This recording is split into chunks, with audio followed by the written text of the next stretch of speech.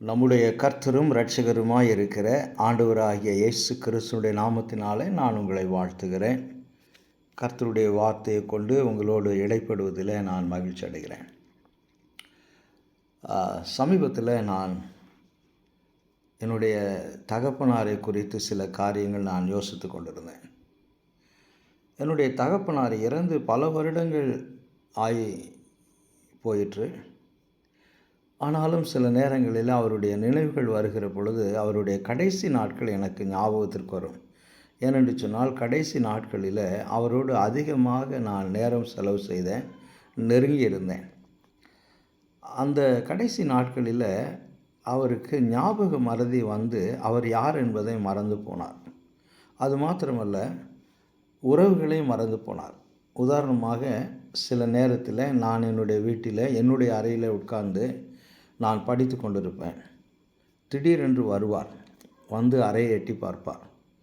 என்னை சற்று நேரம் அப்படியே உற்று பார்த்துவிட்டு, நீ யார், இங்கே என்ன செய்கிறாய் என்று சொல்லி என்னை பார்த்து கேட்பார்.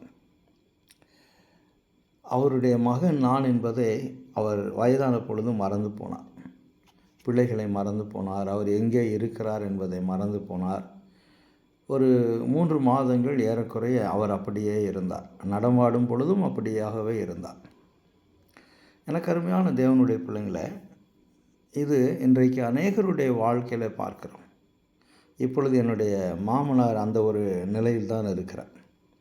வயதாகிற பொழுது ஒரு சிலர் அவர்கள் யார் என்பதையும், அவர்களுடைய உற்றார் உறவினர்கள் யார் என்பதையும், மற்ற எல்லா காரியங்களையும் மறந்து போவதை நாம் பார்க்கிறோம். 1வது நூற்றாண்டு விசுவாசிகளும் கூட காலப்போக்கில் ஏறக்குறைய சபை ஸ்தாபிக்கப்பட்டு ஒரு 60 ஆண்டுகளுக்குள்ளாக அல்லது 65 ஆண்டுகளுக்குள்ளாக சபைக்கு வயதான பொழுது சபை மக்கள் அவர்கள் யார் என்பதை, அவர்கள் என்ன செய்ய வேண்டும் என்பதை மறந்து போய்விட்ட ஒரு சூழ்நிலையை நாம் 1வது நூற்றாண்டு சபையினிடத்தில் பார்க்கிறோம். எனவே தான் பேதுரடிகளார் தன்னுடைய நிருபத்தில், குறிப்பாக 1வது நிருபத்தில், பேதுரடிகளார் எழுதின 1வது நிருபத்தில் விசுவாசிகள் யார், அவர்களுடைய அழைப்பு என்ன, அவர்கள் யாராக இந்த பூமியில் இருக்கிறார்கள் என்பதை அவர் தன்னுடைய நிருபத்தில் எழுதுவதை நான் பார்க்கிறேன். கடந்த வாரத்திலும் கூட நான் பேதுரடிகளார் எழுதின நிருபத்திலிருந்து தான் என்னுடைய செய்தியை நான் பகிர்ந்து கொண்டேன். இந்த நாளின் செய்திக்காக நான் தெரிந்து கொண்டிருக்கக்கூடிய வேத பகுதி 1 பேதுரு 2ஆம் அதிகாரம் 9-10 வசனங்களை நான் தெரிந்து கொண்டிருக்கிறேன். இந்த 9-10 வசனங்களில் பேதுரடிகளார் 1வது நூற்றாண்டு விசுவாசிகளுக்கு 3 காரியங்களை நினைப்பூட்ட விரும்புகிறார். முதலாவதாக, அவர்கள் யார் என்பதை அறிய வேண்டும் என்று சொல்லி விரும்புகிறார். 2வதாக, அவர்கள் வாழ்க்கையின் நோக்கத்தை அவர்கள் அறிய வேண்டும் என்று சொல்லி அவர் விரும்புகிறார்.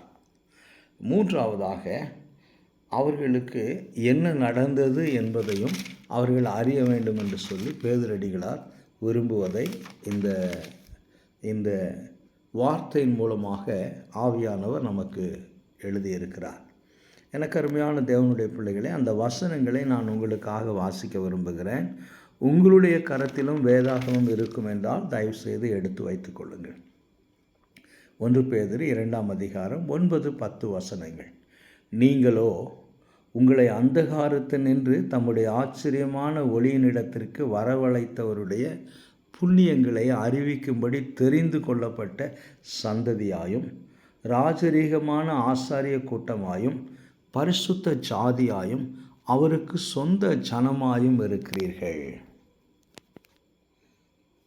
இந்த வார்த்தை மிக தெளிவாக சொல்லுகிறது. 10வது வசனம். முன்னே நீங்கள் தேவனுடைய ஜனங்களாய் இருக்கவில்லை, இப்பொழுதோ அவருடைய ஜனங்களாய் இருக்கிறீர்கள். முன்னே நீங்கள் இரக்கம் பெறாதவர்களாய் இருந்தீர்கள், இப்பொழுதோ இரக்கம் பெற்றவர்களாய் இருக்கிறீர்கள். இந்த 9-10 வசனத்தில் 3 காரியங்களை பேதுரடிகளால் சொல்ல விரும்புகிறார். முதலாவதாக, அவர்கள் யார் என்பதை 1வது நூற்றாண்டு விசுவாசிகளுக்கு அவர் நினைப்பூட்ட விரும்புகிறார். ஏனென்று சொன்னால், காலப்போக்கில் அப்போஸ்தலர் நடவடிக்கையின் புத்தகம் 1ஆம் அதிகாரம் 8வது வசனத்திலே பரிசுத்த ஆவியானவர் வந்தார், சபை பிறந்தது, பின்பு சபை வளர்ந்தது, பின்பு அப்போஸ்தலர்கள் ஊழியத்து நிமித்தமாக சபை ஸ்திரப்பட்டது. பின்பு சபைக்கு உபத்திரம் வந்த பொழுது அந்த சபை ஆசியா கண்டம் முழுவதுமாக சிதறி போயிற்று. ஒருவேளை நீங்கள் முதலாம் அதிகாரம் முதல் வசனத்தை நீங்கள் வாசிக்கிற பொழுது பேதுரடிகளார் இப்படியாக சொல்லுகிறார்: பொந்து, கலாத்தியா, கப்பதோக்கியா, ஆசியா, பித்தினியா தேசங்களில் சிதறி இருக்கிறவர்களில். அப்படி என்று சொன்னால் சபை உபத்திரத்து நிமித்தமாக ஆசியா கண்டம் முழுவதுமாக, கலாத்தியா தேசம் முழுவதுமாக அது சிதறடிக்கப்பட்டிருக்கிறது. இப்படி சிதறி இருக்கிற சபை மக்களுக்கு பேதுரடிகளார் தன்னுடைய நிருபத்தை எழுதுகிற பொழுது இந்த 3 காரியங்களை அவர்களுக்கு நினைப்பூட்ட விரும்புகிறார். முதலாவதாக அவர்கள் யார் என்பதை அவர்களுக்கு நினைப்பூட்ட விரும்புகிறார். இரண்டாவதாக அவர்கள் எங்கே சிதறி இருந்தாலும், அவர்கள் எந்த இடத்தில் வாழ்ந்தாலும் அவர்களின் வாழ்க்கை நோக்கத்தை அவர்கள் அறிய வேண்டும் என்று சொல்லி விரும்புகிறார். மூன்றாவதாக அவர்களுக்கு என்ன நடந்துள்ளது என்பதையும் அவர்கள் அறிந்து கொள்ள வேண்டும் என்று பேதுரடிகளார் விரும்புகிறார்.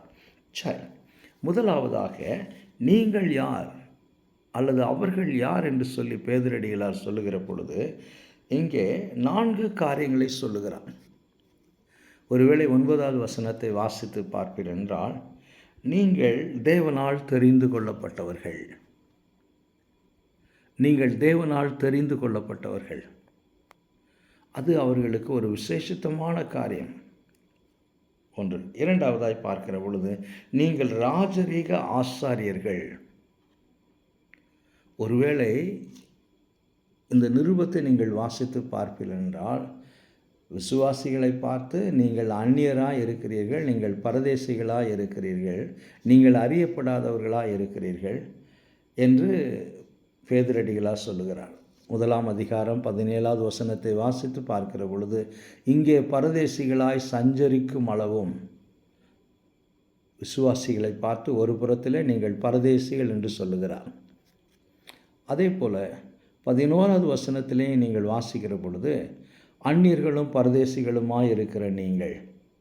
ஆக 1ஆம் அதிகாரம் 17வது வசனத்திலும் 2ஆம் அதிகாரம் 11வது வசனத்திலும் விசுவாசிகள் அந்நியர்களாக இருக்கிறார்கள், பரதேசிகளாக இருக்கிறார்கள் இந்த பூமியில் என்று ஒரு புறத்திலே சொல்லுகிறார். அதே நேரத்தில் மற்றொரு புறத்தில் அவர்கள் உண்மையாய் யார் என்பதை அவர்கள் அறிந்து கொள்ளும் வகையில் சொல்லுகிற பொழுது நீங்கள் தேவனால் தெரிந்து கொள்ளப்பட்டவர்கள். அப்படி என்று சொன்னால் நீங்கள் விசேஷித்தமானவர்கள், நீங்கள் ராஜரீக ஆசாரியர்கள், நீங்கள் பரிசுத்த ஜாதியினர், நீங்கள் தேவனுக்கு சொந்தமானவர்கள் என்று இந்த 4 காரியங்களை இந்த 9வது வசனத்திலே சொல்லுகிறார். எனக்கு அருமையான தேவனுடைய பிள்ளைங்களே, இந்த உலகத்தில் உங்களை யார் நிராகரித்து இருந்தாலும் சரி, யார் உங்களை தகுதி இல்லாதவர்கள் என்று சொன்னாலும் சரி, அநேக நேரத்தில் நான் வேலைக்காக இன்டர்வியூக்கு போகிற பொழுது தோல்வி அடைந்து விடுவோம் என்றால் மனம் மிகவும் சோர்ந்து போவோம். அநேக நேரங்களில் உலகம் எதிர்பார்க்கக்கூடிய அந்த தகுதியை, அந்த திறமைகள் நம்மிடத்தில் இல்லாது இருக்கிற பொழுது உலகம் நம்மை நிராகரிக்கிறது. ஆனால் ஒவ்வொரு விசுவாசியும் அறிந்து கொள்ள வேண்டிய ஒரு காரியம் என்னவென்று சொன்னால், தேவன் அவர்களை தெரிந்து கொண்டிருக்கிறார், தேவன் உங்களை தெரிந்து கொண்டிருக்கிறார் என்பதை அவர்கள் உணர்ந்து கொள்ள வேண்டும். சரி, எதன் அடிப்படையில் நாம் தெரிந்து கொள்ளப்பட்டோம் அதையும் நாம் அறிந்து கொள்ள வேண்டும். யார் நம்மை தெரிந்து கொண்டிருக்கிறார்? ஞானமுள்ள தேவன், சர்வ ஞானமுள்ள தேவன் நம்மை தெரிந்து கொண்டிருக்கிறார். கிருபையினால், அவருடைய ஆதி தீர்மானத்தினால் தேவன் நம்மை தெரிந்து கொண்டிருக்கிறார், விசுவாசிகளை தெரிந்து கொண்டிருக்கிறார். ஒன்று. இரண்டாவதாய் பார்க்கிற பொழுது நாம் எதன் அடிப்படையிலே தெரிந்து கொள்ளப்பட்டோம் இதையும் 1வது நூற்றாண்டு விசுவாசிகள் அறிந்து கொள்ள வேண்டும், நாமும் அறிந்து கொள்ள வேண்டும். ஏனென்று சொன்னால் இன்றைக்கு திருச்சபை அல்லது திருச்சபையில் இருக்கக்கூடிய மக்கள் அவர்கள் யார் என்பதையும், அவர்கள் எதற்காக அழைக்கப்பட்டிருக்கிறார்கள் என்பதையும், அவர்களுக்கு தேவன் செய்த காரியத்தையும் மறந்து போய் இருக்கக்கூடிய ஒரு காலகட்டத்தில் இருக்கிறோம். நேற்று இரவு மிகுந்த சரீர சோர்வோடு நான் படுக்கைக்கு போக வேண்டும் என்று சொல்லி ஜெபித்து விட்டு படுக்கைக்கு போகிற பொழுது ஏறக்குறைய ஒரு 10:32 நேற்றிரவு என்னுடைய தொலைபேசிக்கு அழைப்பு வந்தது. அந்த அழைப்பை பார்த்தவுடன் எனக்கு தெரியும், வேறொரு தேசத்திலிருந்து ஒரு ஊழியக்காரர், ஒரு சகோதரன், வாலிப ஊழியன் எனக்காக ஜெபிக்கக்கூடியவர் இந்த அழைப்பை எனக்கு கொடுக்கிறார் என்று சொல்லி தெரியும். ஆக எடுத்து ஏறக்குறைய ஒரு 25 நிமிடங்கள் அவரோடு பேசியிருப்பேன். அவர் வேதாகமத்திலிருந்து எப்பொழுதெல்லாம் சில சந்தேகங்கள் அந்த வாலிப தம்பிக்கு வருகிறதோ என்னிடத்தில் கேட்பார். அவர் இலங்கை தேசத்தில் ஊழியம் செய்யக்கூடியவர். நேற்று அவர் என்னோடு பேசி கொண்டிருக்கிற பொழுது சொன்ன ஒரு காரியம் என்னவென்று சொன்னால், அந்த தேசத்தில் இன்றைக்கு சபை மக்கள் சத்தியத்திற்கு செவி கொடுப்பதை காட்டிலும் வேறொரு விதமான வழிகளுக்கு போய் கொண்டிருக்கிறார்கள் என்று சொல்லி ஊழியத்தின் பாதையில் அவருக்கு இருக்கக்கூடிய கடினமான சவால்களை என்னிடத்தில் பேசி கொண்டிருந்தார். நான் சொன்னேன், தம்பி, இது உங்களுக்கு மாத்திரமல்ல, எல்லா இடத்திலும் இன்றைக்கு பெரும்பாலான இடத்துல சத்தியத்தை கேட்பதற்கு, சத்தியத்தை அறிவதற்கு ஜனங்கள் விருப்பமில்லாத ஒரு சூழ்நிலையை நாம் பார்க்கிறோம் என்று நான் சொன்னேன். எனக்கு அருமையான தேவனுடைய பிள்ளைகளை, நாம் யார் என்பதை அறிந்து கொண்டால்தான் நாம் எதற்காக அழைக்கப்பட்டிருக்கிறோம் என்பதையும் அறிந்து கொள்வோம். நாம் எதன் அடிப்படையிலே நாம் அழைக்கப்பட்டவர்கள், தெரிந்து கொள்ளப்பட்டவர்கள் என்று நாம் அறிந்து கொள்வோம் என்றால் நம்முடைய வாழ்க்கையில் தாழ்மை கடந்து வரும். நாம் நீதிமான்கள் என்பதனால் தேவன் நம்மை அழைக்கவில்லை. நாம் ஐஸ்வர்யவான்கள் என்பதனால் தேவன் நம்மை தெரிந்து கொள்ளவில்லை. நாம் பரிசுத்தவான்கள் என்பதனால் அல்லது தேவனுக்கு நாம் பிரயோஜனம் உள்ளவர்களாக இருப்போம் என்பதனால் தேவன் நம்மை தெரிந்து கொள்ளவில்லை. ஒருவேளை இப்படி இருக்கும் என்றால் உலக மக்கள் தெரிந்து கொள்வதைப் போல நாம் தெரிந்து கொள்ளப்பட்டிருப்போம் என்றால் நாம் மேன்மை பாராட்ட, பெருமை பாராட்ட ஏதாவது வழி இருக்கிறது. ஆனால் அப்படி இல்லை. 1 கொரிந்தியர் 1 25 29 வரைக்கும் வாசிக்கிற பொழுது அங்கே பவுலடிகளார் கொரிந்து சபை மக்களுக்கு சொல்லுகிறார். ஏனென்று சொன்னால் கொரிந்து சபை மக்களுக்கும் இதே பிரச்சனை தான். கொரிந்து சபை மக்களும் இதே பிரச்சனைக்குள்ளாக கடந்து போய் கொண்டிருக்கிறார்கள். அவர்கள் யார் என்பதை மறந்து போனார்கள். எனவே பவுலடிகளார் 1வது நிருபத்திலேயே நீங்கள் அழைக்கப்பட்ட அழைப்பை பாருங்கள். உங்களில் அநேகர் ஞானிகள் இல்லை, உங்களில் அநேகர் பலவான்கள் அல்ல, உங்களிடத்திலே அநேகர் ஐஸ்வர்யவான்களும் அல்ல. ஞானிகளை வெட்கப்படுத்தும்படியாக கர்த்தர் பைத்தியங்களை தெரிந்து கொண்டார். பலவான்களை வெட்கப்படுத்தும்படியாக கர்த்தர் பலவீனரை தெரிந்து கொண்டார்.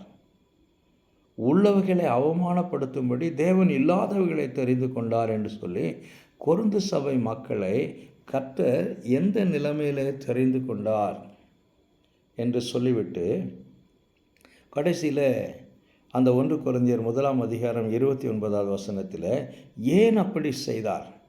இந்த உலகத்திலே ஞானிகளை தேவன் தெரிந்து கொள்ளவில்லை, ஐஸ்வர்யவான்களை தேவன் தெரிந்து கொள்ளவில்லை, பரிசுத்தவான்கள் என்ற ஒரு தகுதியில் அல்லது உண்மையுள்ளவர்கள், பிரயோஜனம் உள்ளவர்கள் என்ற அடிப்படையில் தேவன் நம்மை தெரிந்து கொள்ளவில்லை.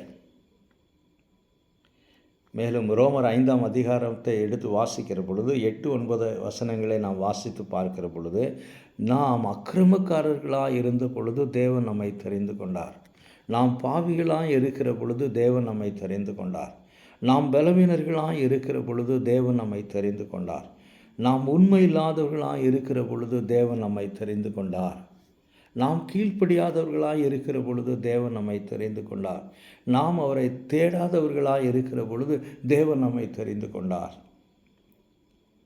இப்படி நாம் தேவனுடைய தெரிந்து கொள்ளுதலுக்கு தகுதி இல்லாதவர்களாக இருக்கிற பொழுது தேவன் நம்மை தெரிந்து கொண்டார் என்று சொல்லி பவுலடிகளாரும் கொரிந்து சபை மக்களுக்கு சொல்லுகிறார். ஏனென்று சொன்னால் அவர்களுக்குள்ளே பலவிதமான பிரச்சனைகள், அதுவும் ஒரு குறிப்பிட்ட பிரச்சனை என்னவென்றால் அவர்களுக்கு பெருமை அதிகமாக இருக்கிறது. தங்களுடைய ஆவிக்குரிய நிலைமை குறித்து, தங்களுக்கு அநேக வரங்கள் இருக்கிறபடினால அவர்களுக்குள்ளாக பெருமை அதிகமாக இருக்கிறது.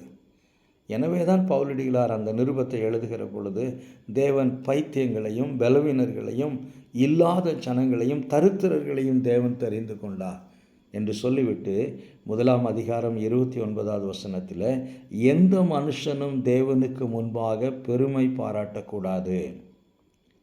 எந்த மனுஷனும் அப்படின்னு சொல்லுகிற பொழுது, அவன் ஐஸ்வர்யவானாக இருந்தாலும் சரி, உலக பிரகாரமாக அதிகம் படித்த கல்விமானாக இருந்தாலும் சரி, ஞானியாக இருந்தாலும் சரி, அல்லது அவனுடைய பார்வையில் அவன் தன்னைத்தானே பரிசுத்தவான் என்று சொல்லி கருதி கொண்டாலும் சரி, தேவனுடைய பார்வையில் மேன்மை பாராட்டுவதற்கு மனுஷனுக்கு இடம் கிடையாது. தேவன் அவருடைய அநாதி தீர்மானத்தினாலும் கிருபையினாலும் தெரிந்து கொண்டார் என்று பவுலடிகளார் சொல்லுகிறார். எனக்கு அருமையான தேவனுடைய பிள்ளைங்களே, பேதுரடிகளாரும் அதைத்தான் 1ஆம் நூற்றாண்டு விசுவாசிகளுக்கு நினைப்பூட்ட விரும்புகிறார். இன்றைக்கு கிறிஸ்தவத்தின் நிலை என்ன? பலவிதமான பெருமை இன்றைக்கு கிறிஸ்தவர்கள் மத்தியில் இருக்கிறது. சபைகளுக்குள்ளாக ஊடுருவி இருக்கிறது. சபைகளிலே அது அஸ்திவாரம் போடப்பட்டிருக்கிறது. சபைகளில் மக்களுடைய உள்ளத்தில் சிங்காசனம் போட்டு பலவிதமான பெருமை அமர்ந்து இருக்கிறது. அந்த பெருமையில் அவர்கள் அமர்ந்து கொண்டிருக்கிறார்கள். பெருமை என்ற சிங்காசனத்தில் இன்றைக்கு விசுவாசிகள் அமர்ந்து கொண்டிருக்கிறார்கள். என்ன பெருமை? சத்தியத்தை குறித்து பெருமை பாராட்டுவதை காட்டிலும் சபையை குறித்த பெருமை, கட்டிடத்தை குறித்த பெருமை, டாக்டரின் என்று சொல்வார்கள். எங்கள் சபைதான் மூல உபதேசத்தில் சிறந்தது என்ற ஒரு பெருமை.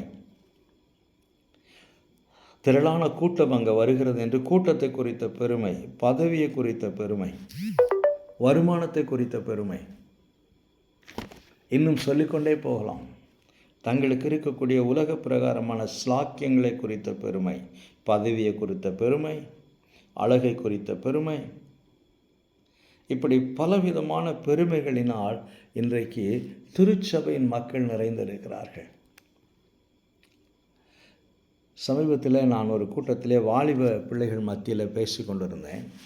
அப்படி பேசி கொண்டிருக்கிற பொழுது அவர்களுடைய மனதில் இருக்கக்கூடிய தாழ்வு மனப்பான்மை என்ன, அவர்களுக்கு சவால்களாக இருக்கக்கூடிய காரியங்கள் என்ன என்று சொல்லி அவர்களிடத்தில் கேள்வி கேட்டுக்கொண்டிருந்தேன். ஒரு புறத்தில் ஆண்கள் வாலிப பிள்ளைகள் இருந்தார்கள், இன்னொரு புறத்தில் பெண் பிள்ளைகள் இருந்தார்கள், வாலிப பிள்ளைகள். ஒரு பெண் என்னை பார்த்து சொன்னாள், அங்கிள், நான் மிகவும் கருப்பாக இருக்கிறேன், அது எனக்கு ஒரு தாழ்வு மனப்பான்மை கொடுக்கிறது. ஏனென்று சொன்னால், நான் சமுதாயத்துக்குள்ளே கடந்து போகிற பொழுது, உலகத்திற்குள்ளாக கடந்து போகிற பொழுது எனக்கு இந்த தாழ்வு மனப்பான்மை இருக்கிறது, என்னை ஒரு விதமாக ஜனங்கள் நடத்துகிறார்கள் என்று. நான் அந்த பெண்ணை பார்த்து கேட்டேன், மகளே, இதை உன்னால் மாற்ற முடியுமா? நீ கருப்பாய் பிறந்திருப்பது யாருடைய குற்றம் என்று நீ நினைக்கிறாய்? தேவன் நீ கருப்பாக இருந்தாலும் சரி, அல்லது நீ அழகாக இருந்தாலும் சரி, அழகில்லாமல் இருந்தாலும் சரி, தேவன் உன்னை தெரிந்து கொண்டிருக்கிறார். அதை நினைத்து நீ பெருமை பாராட்ட வேண்டும். உலகத்திலே அழகாக இருக்கிறவர்கள், உலக பிரகாரமான அநேக திறமைசாலிகள், அவர்கள் தேவனால் தெரிந்து கொள்ளப்படவில்லை. தரித்திரர்களும் பலவீனர்களும் இல்லாதவர்களும் இப்படியாப்பட்ட பிள்ளைகளைத்தான் கர்த்தர் தெரிந்து கொண்டிருக்கிறார். ஆகினாலே கர்த்தர் உன்னை தெரிந்து கொண்டிருக்கிறபடினாலே நீ கர்த்தருக்குள்ளாக பெருமை பாராட்டு, கர்த்தருக்குள்ளாக நீ மேன்மை பாராட்டு என்று சொல்லி அந்த மகளிடத்திலே சொன்னேன். எனக்கு அருமையான தேவனுடைய பிள்ளைங்களே, இன்றைக்கு நாம் யார்? நாம் தேவனால் தெரிந்து கொள்ளப்பட்டவர்கள். எதன் அடிப்படையிலே தெரிந்து கொள்ளப்பட்டவர்கள்? தேவனுடைய கிருபையின் அடிப்படையில், தேவனுடைய அநாதி தீர்மானத்தின் அடிப்படையில் தேவன் நம்மை தெரிந்து கொண்டிருக்கிறார். அதை முதலாவதாக விசுவாசிகள் அறிந்து கொள்ள வேண்டும் என்று சொல்லி பேதுரடிகளார் விரும்புகிறார். இரண்டாவதாய் பார்க்கிற பொழுது, தெரிந்து கொள்ளப்பட்டவர்கள் தெரிந்து கொள்ளப்பட்ட நோக்கத்தை அறிய வேண்டும்.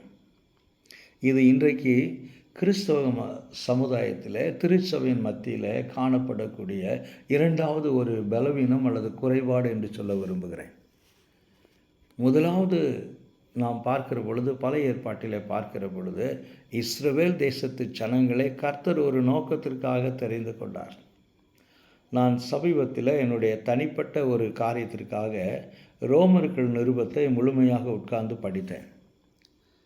அங்கே பவுலடிகளார் 9, 10, 11 அதிகாரங்களில் இஸ்ரவேல் தேசத்து ஜனங்களையும் சபையும் ஒப்பிட்டு அங்கே பேசுகிறார். அவர்கள் சுபாவ ஒளிவ மரம், நாம் காட்டு ஒளிவ மரம் என்று சொல்லி விசுவாசிகளை பார்த்து பவுலடிகளார் எழுதுவதை நான் பார்க்கிறேன்.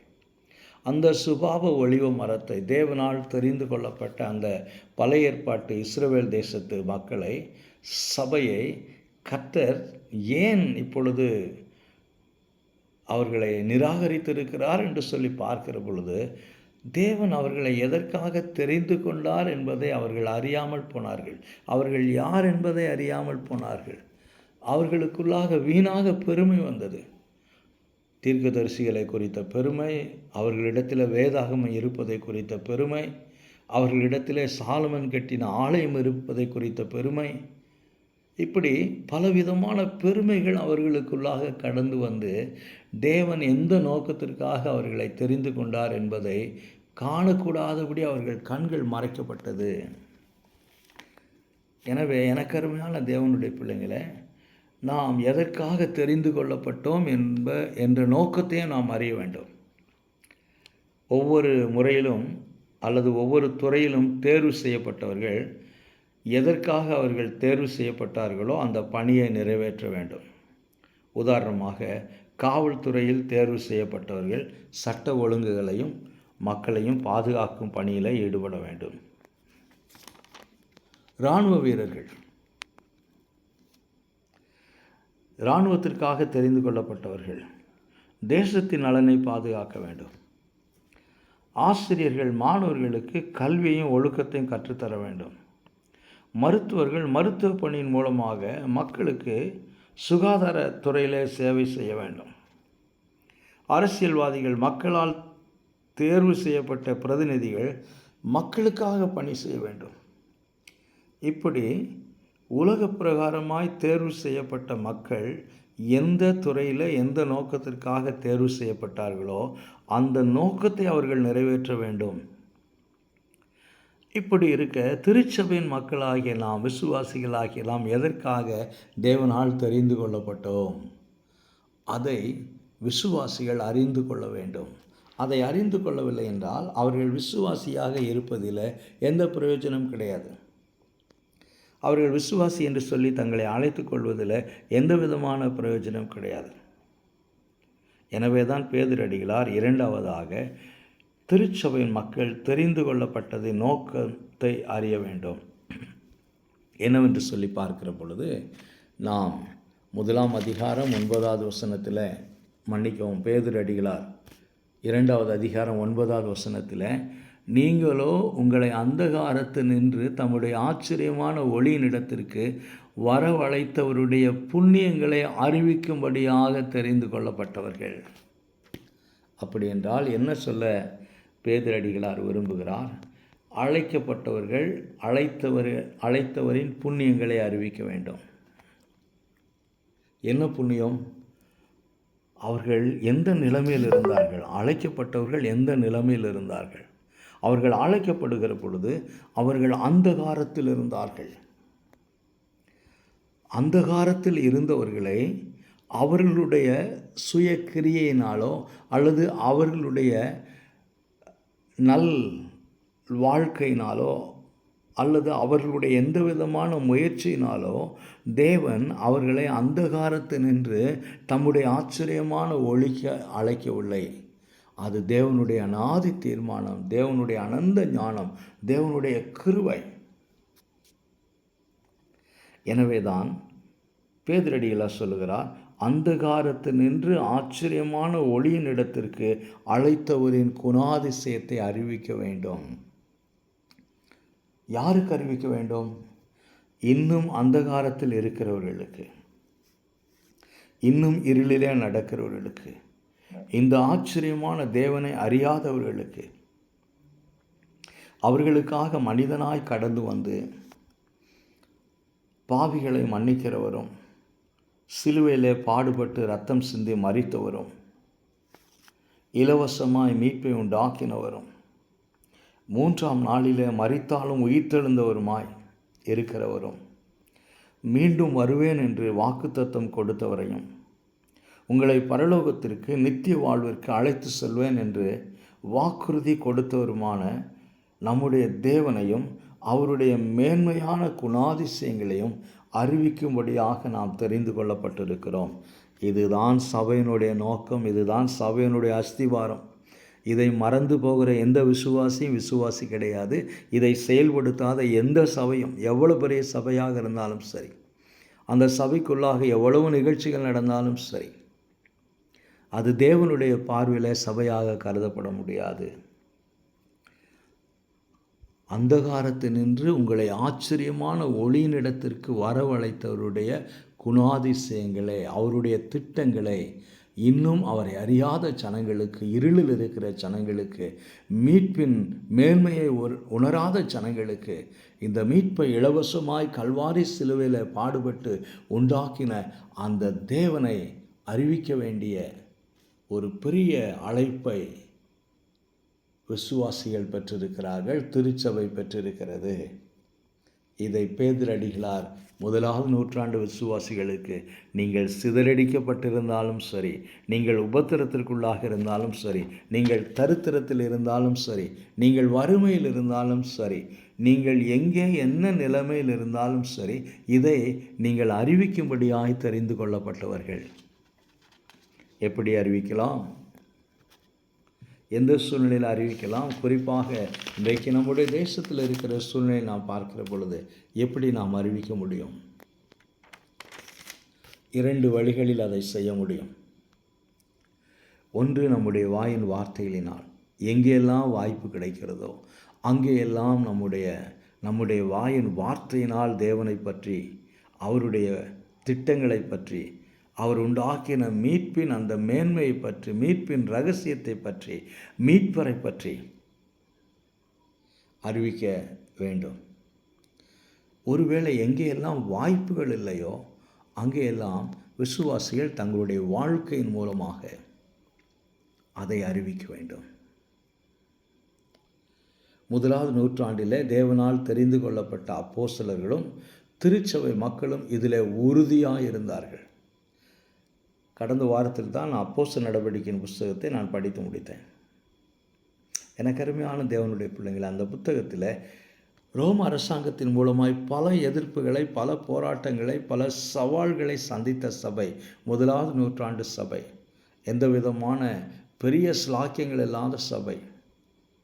ஆனால் அந்த சபை நாளுக்கு நாள் தேவ திட்டத்தை செயல்படுத்தினது. ஏனென்று சொன்னால், அப்போஸ்தலர்களும் சரி, அவர்களால் நடத்தப்பட்ட திருச்சபை மக்களும் சரி, கிறிஸ்துவின் உயிர்த்தெழுதலை குறித்து பலமாய் சாட்சி கொடுத்தார்கள், பலமாய் சாட்சி கொடுத்தார்கள் என்று அந்த புத்தகத்தில் பல இடங்களிலே நாம் படிக்கிறோம். திருச்சபை மக்களும் அப்போஸ்தலர்களும் தங்களை ஆச்சரியமான ஒளியினிடத்திற்கு அழைத்தவரை, தங்களுடைய அந்தகாரத்திலிருந்து தங்களை ஆச்சரியமான ஒளியினிடத்துக்கு அழைத்தவருடைய குணாதிசயத்தை, மேன்மையை, அவருடைய மரணத்தை, அவருடைய உயிர்த்தெழுதலை பற்றி பலமாய் சாட்சி கொடுத்தார்கள் என்று அந்த புத்தகத்தில் பல இடங்களிலே பார்க்கிறோம். இதனால் தான் வெறும் 30 ஆண்டுகள் ஆசியா கண்டம், ஐரோப்பா கண்டம் கடந்து ரோம ராஜ்யத்தின் தலைநகரமான ரோமாபுரிக்கு சுவிசேஷம் கடந்து போனது. அப்போஸ்தலர் 1ஆம் அதிகாரம் 8வது வசனத்தில், நீங்கள் உலகத்தின் முடிவு பரியந்தம் எனக்கு சாட்சியாக இருப்பீர்கள். நீங்கள் எருசலேமிலும் யூதேயாவிலும் சமாரியாவிலும் உலகத்தின் முடிவு பரியந்தம் நீங்கள் எனக்கு சாட்சியாக இருப்பீர்கள் என்று இயேசு கிறிஸ்து சொன்னது 1வது நூற்றாண்டில் அப்போஸ்தலர்களால் நிறைவேற்றப்பட்டது. வெறும் 30 ஆண்டுகளுக்குள்ளாக கண்டம் விட்டு கண்டம் சுவிசேஷம் கடந்து போனது. இதை யோசித்து பார்க்கிற பொழுது இன்றைக்கு சபைகள் கண்டமிட்டு கண்டம் கடந்து போகவில்லை, துண்டு துண்டாய் போய் கொண்டிருக்கிறது. யாரோ ஒரு பிரச்சனை, யாரோ ஒரு குற்றம், யாரோ ஒரு முரண்பாடு, ஒருவர் மீது ஒருவர் கசப்பு, ஏதோ ஒரு காரியத்தினால சபைகள் கண்டமிட்டு கண்டம் கடந்து போகவில்லை, சபைகள் துண்டு துண்டாய் உடைந்து கொண்டே இருக்கிறது. காரணம், நாம் எதற்காக அழைக்கப்பட்டோம், எதற்காக தெரிந்து கொள்ளப்பட்டோம், எந்த நிலையிலே தேவன் நம்மை தெரிந்து கொண்டார். நாம் பலவீனர்கள்தான், நாம் குறைவுள்ளவர்கள்தான், நாம் அக்கிரமக்காரர்கள்தான், நாம் பாவிகள்தான். ஆனால் தேவன் நம்மை தெரிந்து கொண்டிருக்கிறார். ஆக பரிபூரணமான சபை என்று எதுவும் கிடையாது. எல்லா இடத்திலும் பலவீனம் உள்ள மக்கள் இருக்கிறார்கள். இதை உணராததுதான், இதை அறியாதவர்கள்தான் சபையை உடைத்து கொண்டே தேவ திட்டத்தை அறியாமல் போய்கொண்டே இருப்பதை நாம் பார்க்கிறோம். நீங்கள் அவருடைய புண்ணியங்களை அறிவிக்கும்படியாய் தெரிந்து கொள்ளப்பட்டவர்கள். பேதுரடிகளார் இரண்டாவது சொல்ல விரும்புகிற காரியம், நீங்கள் ராஜரீக ஆசாரிய கூட்டம். அப்படி என்று சொன்னால் நீங்கள் தெரிந்து கொள்ளப்பட்டவர்கள். சுருக்கமாக சொல்ல வேண்டுமென்றால், ஆசாரியர்கள் யார்? தேவனுக்காக பணி செய்து,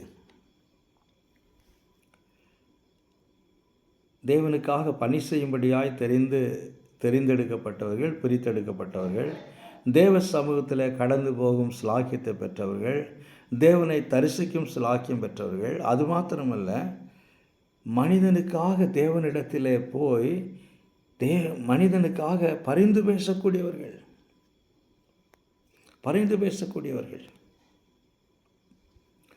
இதையும் இன்றைக்கு அழைக்கப்பட்ட மக்கள் அறியாமல் இருக்கிறார்கள்.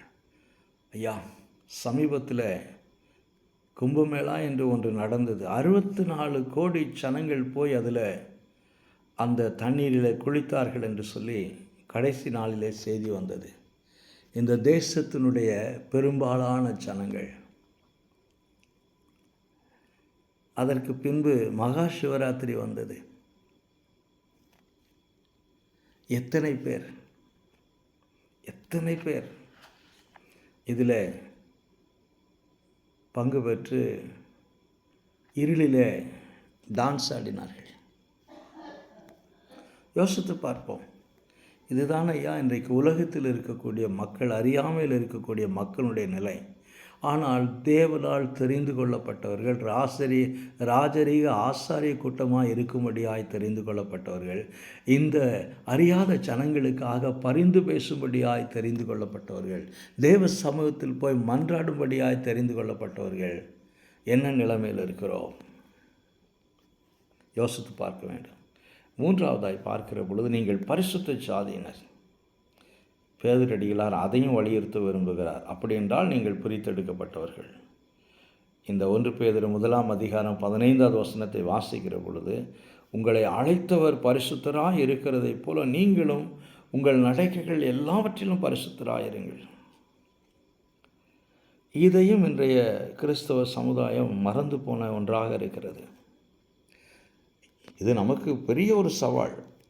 நாம் பலவீனம் உள்ளவர்கள், விழுந்து போகும் சுபாவத்தை உடையவர்கள். அதே நேரத்தில் கர்த்தர் நம்மை பரிசுத்தத்திற்கென்று அழைத்திருக்கிறாரே. கடைசியாய் பார்க்கிற பொழுது, நீங்கள் தேவனுக்கு சொந்தமானவர்கள். அப்படி என்றால் உலகத்தையும் அதில் உள்ளவைகளையும் நாடி ஓடுவதற்கு, தேடுவதற்கு நாம் உலகத்திற்கு சொந்தமானவர்கள் அல்ல என்பதை மிக தெளிவாக பேதுரடிகளார் சொல்ல விரும்புகிறார். எனக்கு அருமையான தேவனுடைய பிள்ளைங்களே, இங்கே நீங்கள் யார் என்று சொல்லுகிற பொழுது, நீங்கள் தேவனால் தெரிந்து கொள்ளப்பட்டவர்கள், நீங்கள் ராஜரீக ஆசாரிய கூட்டம், நீங்கள் பரிசுத்த ஜாதி, அவருக்கு சொந்தமானவர்கள் என்று சொன்னார். இரண்டாவதாய், நீங்கள் எதற்காக தெரிந்து கொள்ளப்பட்டீர்கள் என்று சொல்லுகிற பொழுது, இந்த தேவனுடைய திட்டத்தையும் மகத்துவத்தையும் இருளில் இருக்கிற ஜனங்களுக்கு அறிவிக்கும்படியாய் தெரிந்து கொள்ளப்பட்டவர்கள் என்று சொன்னார். மூன்றாவதாய் பார்க்கிற பொழுது, உங்களுக்கு தெரிந்து கொள்ளப்பட்ட உங்களுக்கு என்ன நடந்திருக்கிறது என்பதை அவர்கள் அறிய வேண்டும் என்று சொல்லி பேதுரடிகளார் விரும்பினார். என்ன என்று சொல்லி பார்ப்போம் என்றால், 10வது வசனத்தில், முன்னே நீங்கள் யார்? முன்னே நீங்கள் தேவனுடைய ஜனம் அல்ல, நீங்கள் இரக்கம் பெற்றவர்கள் அல்ல. முன்னே நீங்கள் இருளில் இருந்தவர்கள், இந்த மக்களைப் போலவே இருளில் இருந்தவர்கள். ஆனால் இப்பொழுது நீங்கள் தேவ ஜனம், இரக்கம் பெற்றவர்கள்.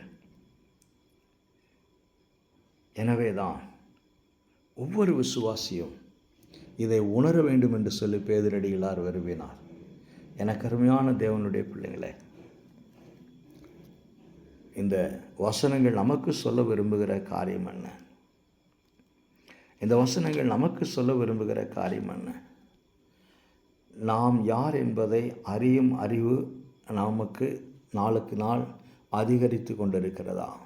நீங்கள் யார் என்று அறியக்கூடிய அறிவு உங்களுக்கு நாளுக்கு நாள் அதிகரித்து கொண்டிருக்கிறதா? ஒன்று. இரண்டாவதாக, நம்மை அழைத்த தேவன் எதற்காக அழைத்திருக்கிறார் என்பதை அறிந்தவர்களாக இருக்கிறோமா? அல்லது நாம் பெருமை பாராட்டி கொண்டு மேன்மை பாராட்டி கொண்டு இருக்கிறோமா? எதையாவது பெருமையாக நம்முடைய மனதிலே மறைத்து வைத்து கொண்டு நாம் இருக்கிறோமா? மூன்றாவதாய் பார்க்கிற பொழுது, உங்களுக்கு இப்பொழுது நமக்கு இப்பொழுது என்ன தேவன் செய்து இருக்கிறார் என்பதை நாம் அறிந்திருக்கிறோமா? முன்பு நாம் இருளில் இருந்த ஜனங்கள், முன்பு நாம் பாவத்திற்கு அடிமையாக இருந்த ஜனங்கள், முன்பு நாம் அந்தகாரத்தில் இருந்த ஜனங்கள். இப்பொழுதோ நாம் ஒளியினிடத்திலே அழைக்கப்பட்டவர்கள். முன்பு நாம் இரக்கம் பெறாதவர்கள், இப்பொழுது நாம் இரக்கம் பெற்றவர்கள். முன்பு நாம் தேவனுடைய ஜனங்களாக இல்லாதிருந்தோம், இப்பொழுது நாம் தேவனுடைய ஜனங்களாக இருக்கிறோம். இதையும் நாம் அறிந்து இதை ருசித்து பார்க்க வேண்டும். எனவே தான் 3 காரியங்களை பேதுரடிகளார் சொன்னார். இன்றைக்கும் நமக்கும் பரிசுத்த ஆவியானவர் அதைத்தான் சொல்லுகிறார். நாம் யார் என்பதை அறியும் அறிவு நமக்கு வேண்டும், முதலாவதாக. இரண்டாவதாக, நம்மை தேவன் எதற்காக அழைத்திருக்கிறார், அந்த அழைப்பை நோக்கி நாம் போய் கொண்டிருக்கிறோமா? அந்த அழைப்பை நம்முடைய வாழ்க்கையில் செயல்படுத்தி கொண்டிருக்கிறோமா? அந்த அழைப்பை பற்றிய அறிவு நமக்கு இருக்கிறதா என்பதையும் நாம் ஆராய்ந்து பார்க்க வேண்டும். மூன்றாவதாக, முன்பு நாம் யாராக இருந்தோம், இப்பொழுது யாராக இருக்கிறோம் என்பதையும் உணர்ந்து பார்க்க வேண்டும். இது 1ஆம் நூற்றாண்டு விசுவாசிகளுக்கு சொல்லப்பட்டது மாத்திரமல்ல, நமக்கும் தேவன் இதை பற்றி நினைப்பூட்ட விரும்புகிறார். யோசித்து பார்ப்போம், சீர்தூக்கி பார்ப்போம். கர்த்ததாமே இந்த வார்த்தை கொண்டு, வசனத்தை கொண்டு விசுவாசிகளாகிய நம்மிடத்தில், திருச்சபையின் மக்களாகிய நம்மிடத்தில் பேசுவாராக. கர்த்ததாமே உங்களை ஆசீர்வதிப்பாராக. உங்கள் கருத்துக்கள், உங்கள் விமர்சனங்கள் வரவேற்கப்படுகிறது. ஆமென்.